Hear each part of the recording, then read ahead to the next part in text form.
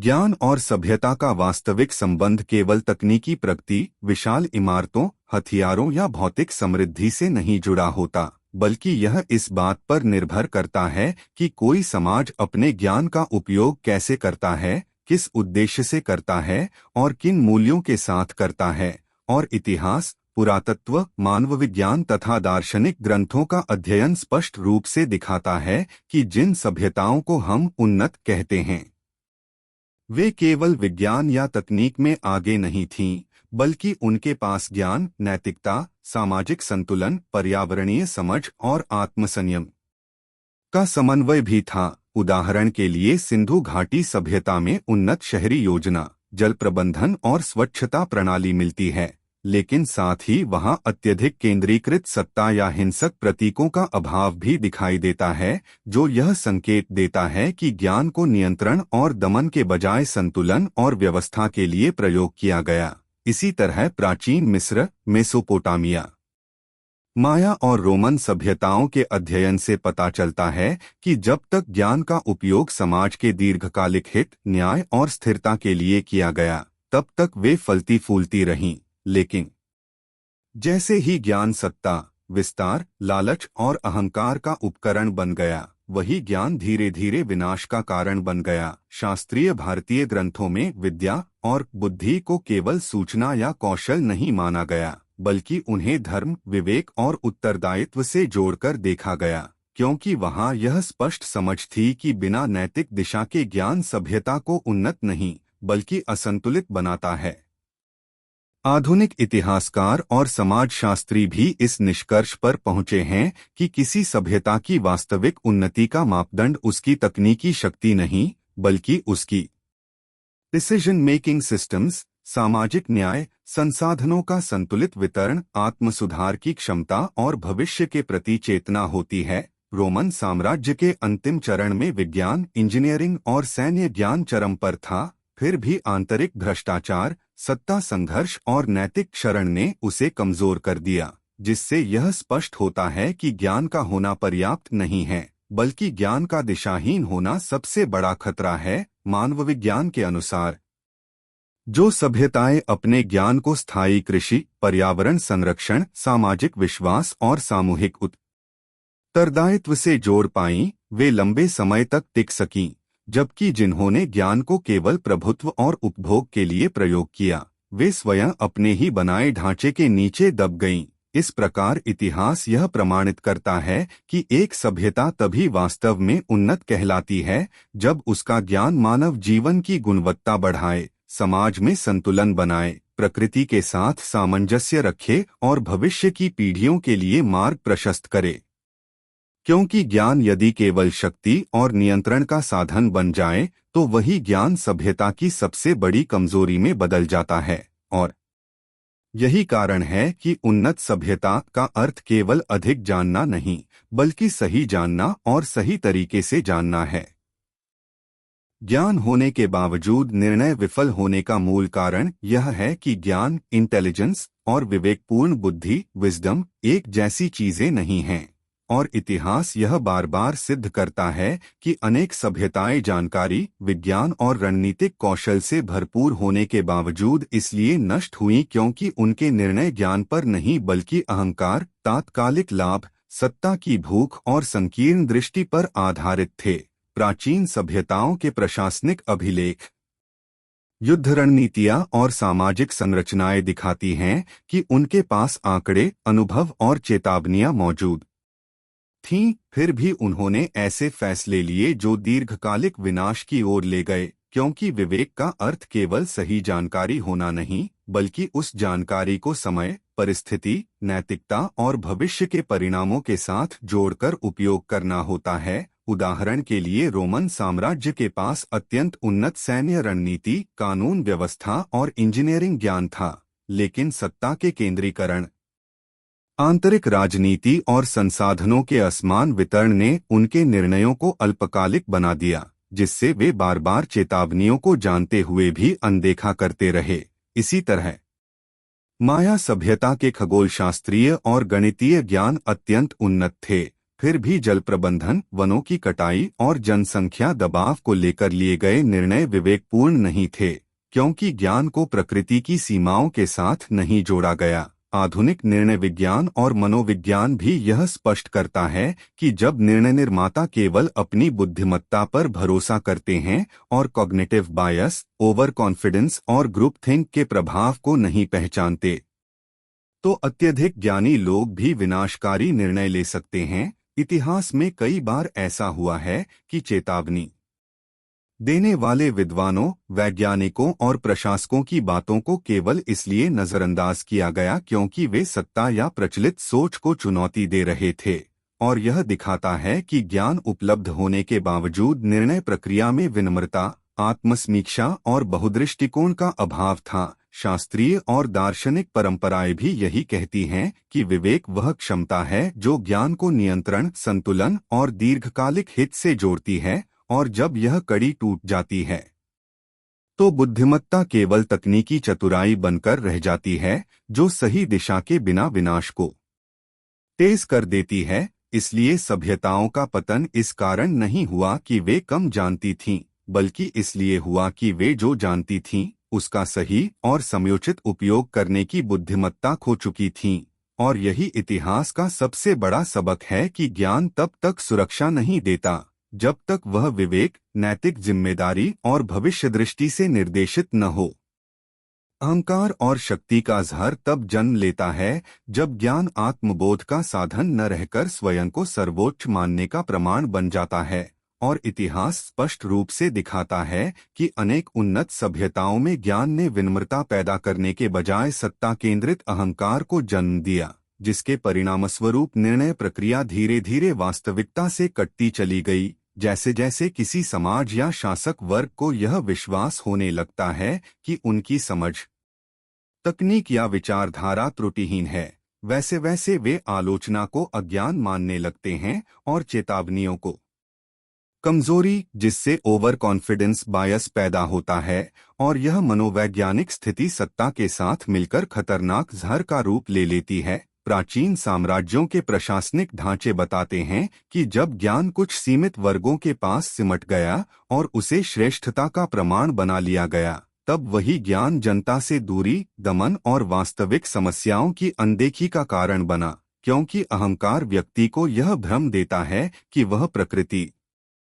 समाज और समय के नियमों से ऊपर है। दार्शनिक दृष्टि से भी अहंकार वह अवस्था है जहां बुद्धि प्रश्न पूछना बंद कर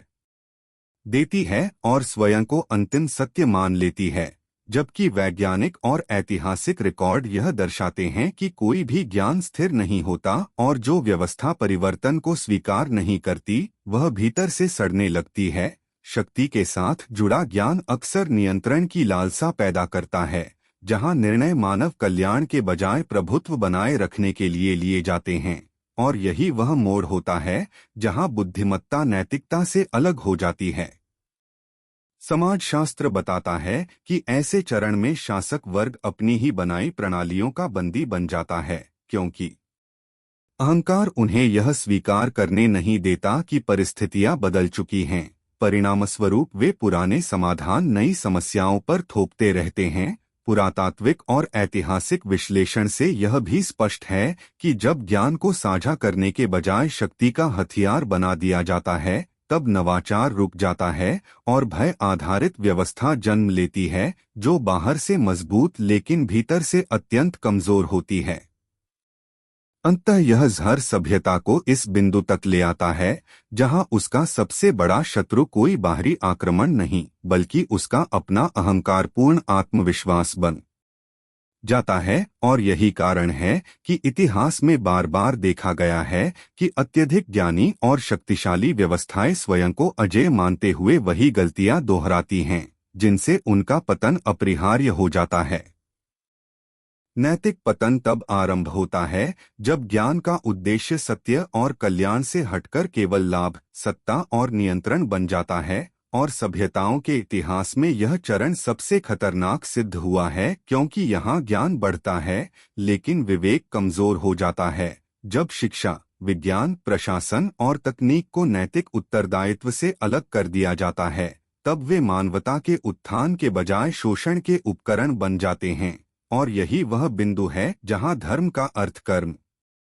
संयम और उत्तरदायित्व से हटकर केवल अनुष्ठान या सत्ता समर्थन बनकर रह जाता है। प्राचीन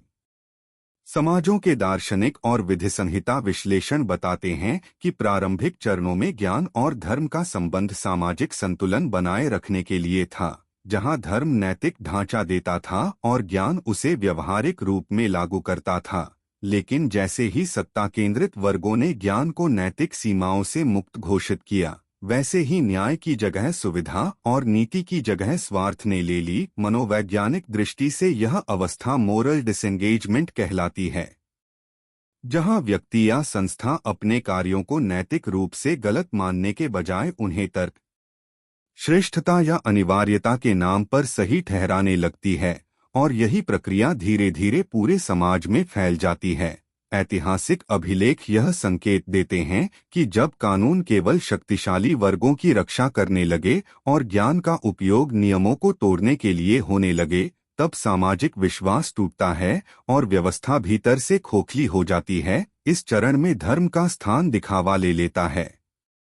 जहां नैतिकता आचरण में नहीं बल्कि भाषणों और प्रतीकों तक सीमित रह जाती है, और ज्ञान अपने मूल उद्देश्य सत्य की खोज को खोकर केवल प्रभाव और प्रभुत्व का साधन बन जाता है। समाजशास्त्र के अनुसार यही वह समय होता है जब आम नागरिक और शासक वर्ग के बीच नैतिक दूरी बढ़ती है, जिससे विद्रोह, अव्यवस्था या पतन की स्थितियां जन्म लेती हैं। अंततः जब ज्ञान बिना धर्म के और धर्म बिना आचरण के रह जाता है, तब सभ्यता अपने ही बनाए नियमों को खो देती है, क्योंकि न तो ज्ञान को दिशा देने वाला नैतिक कंपास बचता है और न ही धर्म को जीवित रखने वाला विवेक। और यही कारण है कि इतिहास में कई उन्नत सभ्यताएं बाहरी आक्रमण से पहले ही भीतर से नैतिक रूप से ढह चुकी थीं। प्रकृति के नियमों की अनदेखी तब शुरू होती है जब ज्ञान स्वयं को प्रकृति का स्वामी समझने लगता है, उसका सहयोगी नहीं। और इतिहास में यह प्रवृत्ति अनेक उन्नत सभ्यताओं के पतन का मौन लेकिन निर्णायक कारण रही है। पुरातात्विक, भूवैज्ञानिक और पर्यावरणीय अध्ययनों से स्पष्ट होता है कि कई प्राचीन समाजों के पास कृषि, जल प्रबंधन, खनन और नगर निर्माण का गहरा ज्ञान था। फिर भी उन्होंने अल्पकालिक लाभ और सत्ता विस्तार के लिए प्राकृतिक संतुलन को बार बार तोड़ा, जिसके परिणामस्वरूप भूमि की उर्वरता नष्ट हुई, जलस्रोत सूख गए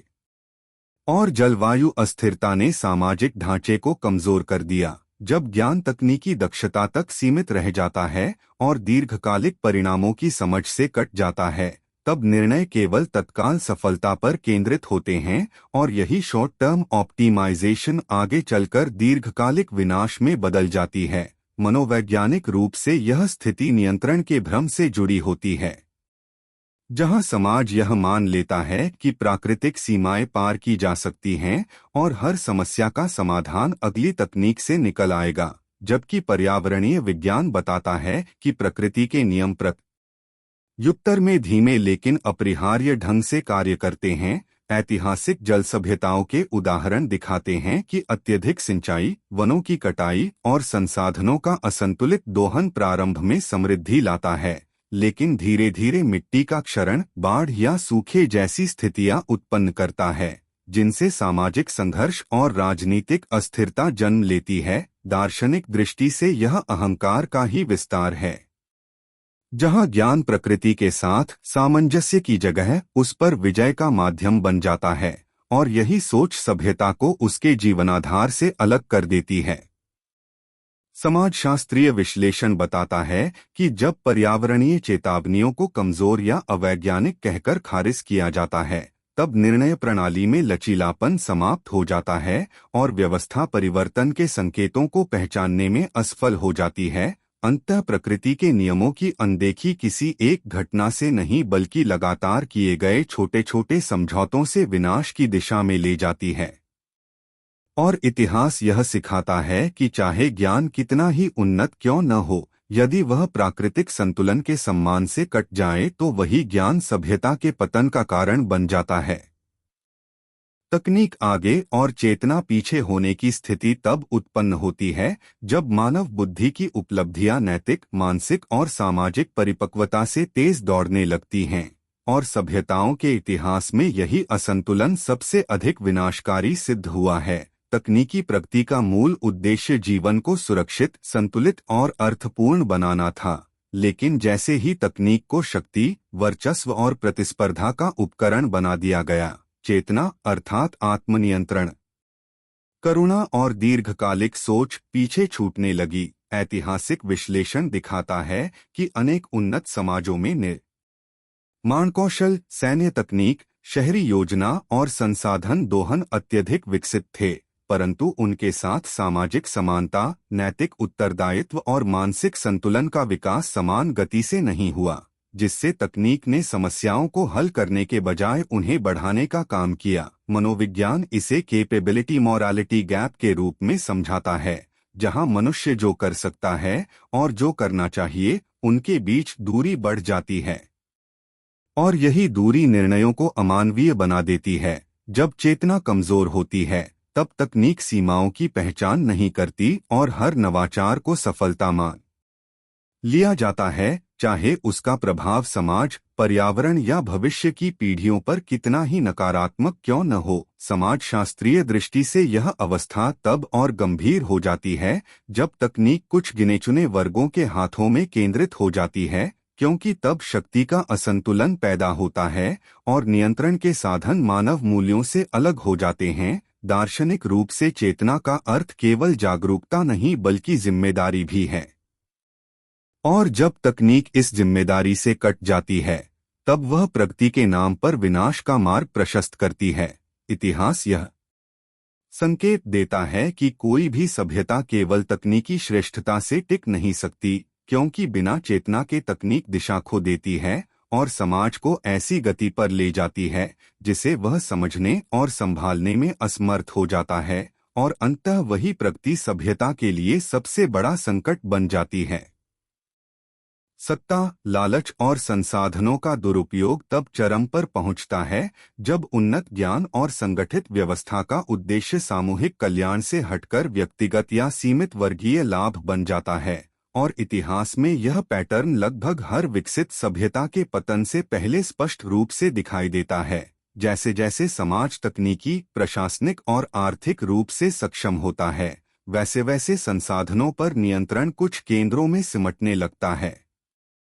जिससे शक्ति का असमान वितरण जन्म लेता है, और यह असमानता लालच को संस्थागत रूप दे देती है। ऐतिहासिक और आर्थिक विश्लेषण बताते हैं कि जब सत्ता संसाधनों के संरक्षण और न्यायपूर्ण वितरण के बजाय उनके दोहन और संचय पर केंद्रित हो जाती है, तब निर्णय दीर्घकालिक स्थिरता के स्थान पर तात्कालिक लाभ से संचालित होने लगते हैं, और यही वह मोड़ होता है जहां व्यवस्था अपने ही आधार को कमजोर करने लगती है। मनोवैज्ञानिक रूप से सत्ता का दीर्घकालिक अनुभव एम्पैथी एरोजन पैदा करता है, जहां निर्णय लेने वाले लोग आम जनजीवन की वास्तविकताओं से कट जाते हैं और संसाधनों को केवल संख्याओं या नियंत्रण के साधन के रूप में देखने लगते हैं। समाजशास्त्र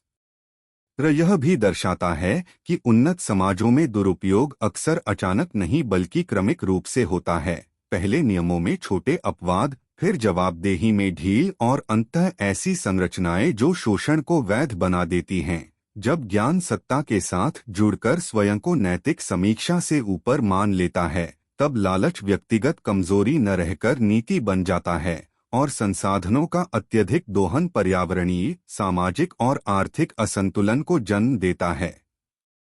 दार्शनिक दृष्टि से यह अवस्था उस क्षण को दर्शाती है जब साधन लक्ष्य बन जाते हैं और लक्ष्य भुला दिए जाते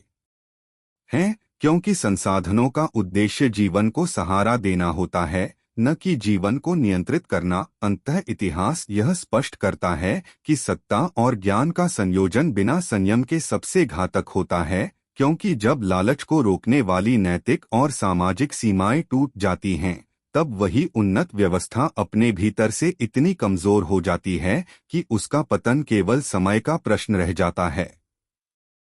सत्ता, लालच और संसाधनों का दुरुपयोग तब चरम पर पहुंचता है जब उन्नत ज्ञान और संगठित व्यवस्था का उद्देश्य सामूहिक कल्याण से हटकर व्यक्तिगत या सीमित वर्गीय लाभ बन जाता है। और इतिहास में यह पैटर्न लगभग हर विकसित सभ्यता के पतन से पहले स्पष्ट रूप से दिखाई देता है। जैसे जैसे समाज तकनीकी, प्रशासनिक और आर्थिक रूप से सक्षम होता है, वैसे वैसे संसाधनों पर नियंत्रण कुछ केंद्रों में सिमटने लगता है,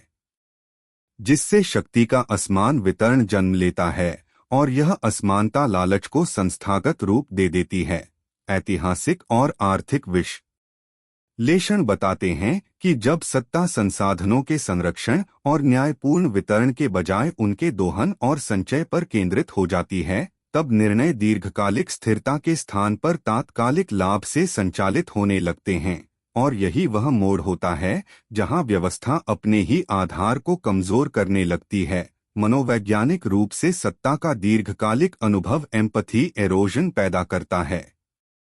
जहां निर्णय लेने वाले लोग आम जनजीवन की वास्तविकताओं से कट जाते हैं और संसाधनों को केवल संख्याओं या नियंत्रण के साधन के रूप में देखने लगते हैं। समाजशास्त्र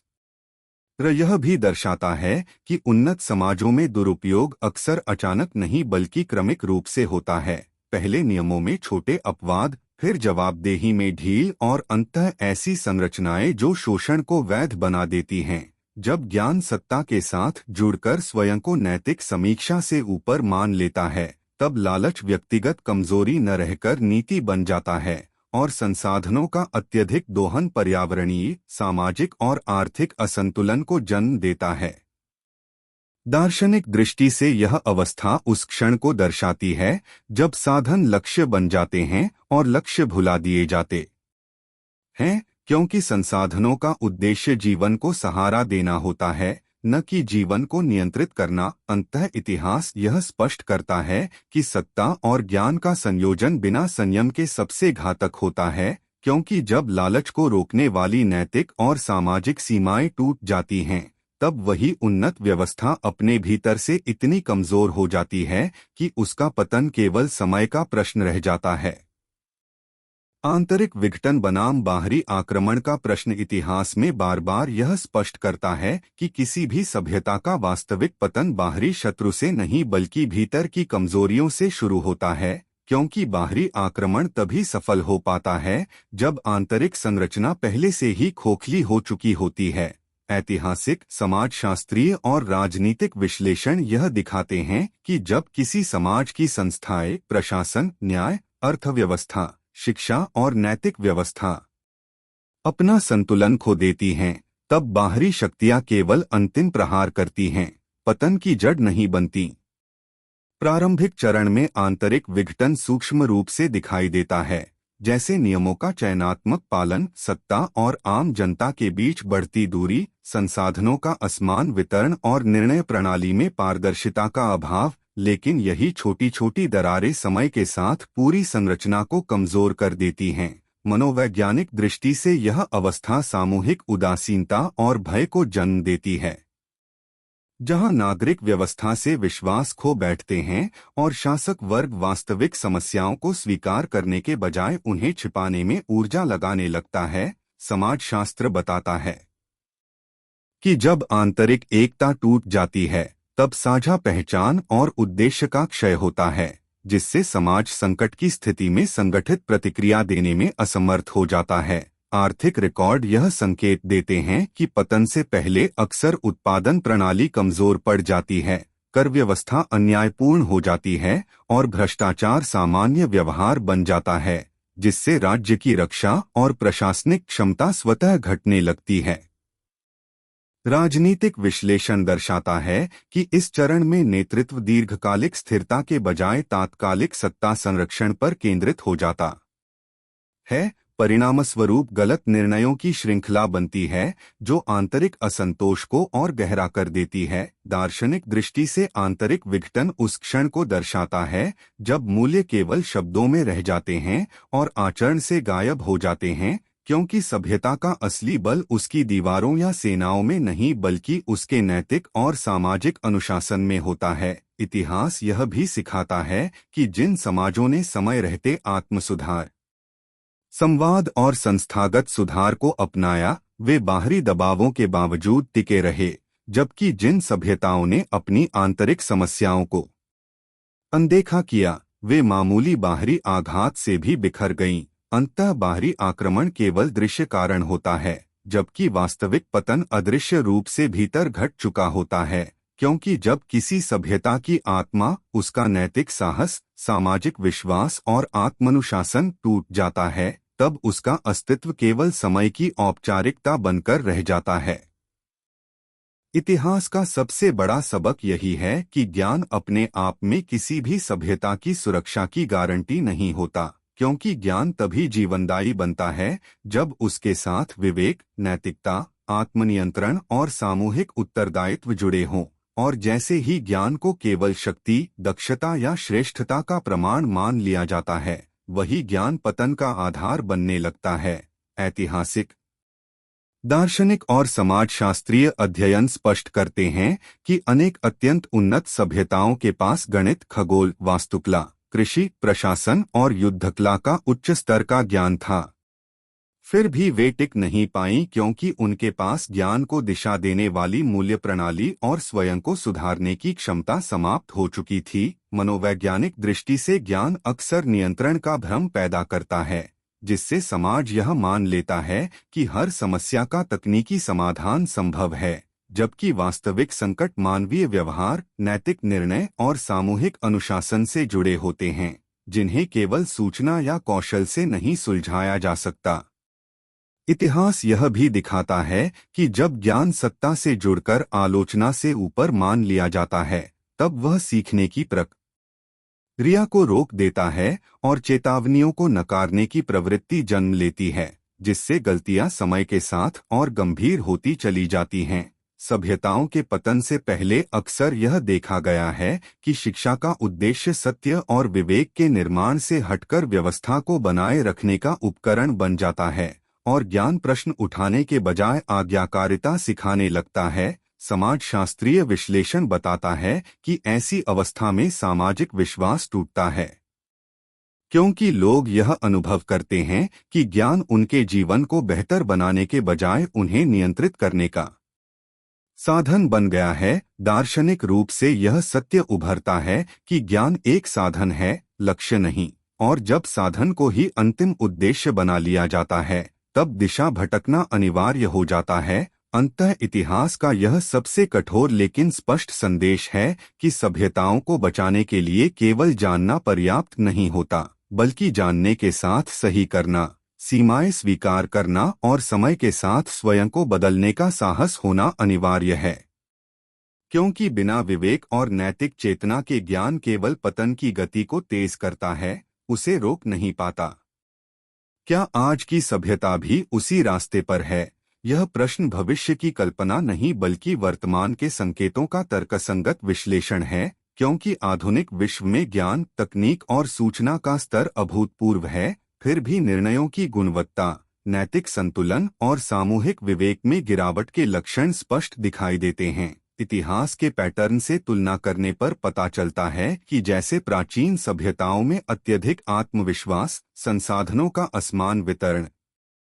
सत्ता का केंद्रीकरण और चेतावनियों की अनदेखी पतन के शुरुआती संकेत थे, वैसे ही आज भी आर्थिक असमानता का बढ़ना, पर्यावरणीय सीमाओं की उपेक्षा, संस्थानों पर घटता विश्वास और अल्पकालिक लाभ पर केंद्रित नीतियां वही चेतावनी संकेत दोहरा रही हैं। मनोवैज्ञानिक दृष्टि से आधुनिक समाज इंफॉर्मेशन ओवरलोड और इल्यूजन ऑफ प्रोग्रेस से ग्रस्त है, जहां निरंतर तकनीकी नवाचार को विकास मान लिया जाता है, जबकि मानसिक स्वास्थ्य, सामाजिक एकता और नैतिक जिम्मेदारी जैसे सूचक पीछे छूटते जा रहे हैं। समाजशास्त्रीय विश्लेषण यह दिखाता है कि जैसे जैसे प्रणालियां अधिक जटिल होती जा रही हैं, वैसे वैसे आम नागरिक और निर्णय लेने वाली संस्थाओं के बीच दूरी बढ़ रही है, जिससे असंतोष, अविश्वास और ध्रुवीकरण जन्म लेता है। और यही स्थितियां इतिहास में पहले भी आंतरिक विघटन का आधार बनी हैं। पर्यावरणीय विज्ञान स्पष्ट चेतावनी देता है कि प्राकृतिक सीमाएं अब केवल सैद्धांतिक नहीं रहीं, फिर भी वैश्विक निर्णय प्रणालियां अल्पकालिक आर्थिक वृद्धि को दीर्घकालिक स्थिरता से ऊपर रखती हैं, जो उसी प्रकार का व्यवहार है जिसने पूर्व सभ्यताओं को संकट में डाला था। राजनीतिक और आर्थिक अध्ययनों से यह भी सामने आता है कि जब शक्ति और संसाधन कुछ सीमित समूहों में सिमट जाते हैं, तब व्यवस्था स्वयं को सुधारने की क्षमता खो देती है और असमानता को सामान्य मान लिया जाता है। दार्शनिक रूप से आज की सबसे बड़ी चुनौती यह नहीं है कि हमारे पास ज्ञान की कमी है, बल्कि यह है कि हम उस ज्ञान को नियंत्रित करने वाली चेतना, विनम्रता और नैतिक साहस को विकसित नहीं कर पा रहे हैं। इतिहास का अनुभव यह संकेत देता है कि पतन अचानक नहीं होता। वह चेतावनियों की लंबी श्रृंखला के बाद आता है, और वर्तमान विश्व में दिखाई दे रहे ये संकेत उसी श्रृंखला का हिस्सा हैं। इसलिए यह प्रश्न न केवल भविष्यवाणी नहीं बल्कि आत्मपरीक्षण का आह्वान है, क्योंकि यदि आधुनिक सभ्यता ज्ञान के साथ विवेक, शक्ति के साथ संयम और प्रगति के साथ उत्तरदायित्व को नहीं जोड़ पाती, तो इतिहास के नियमों से यह भी अलग नहीं रह पाएगी।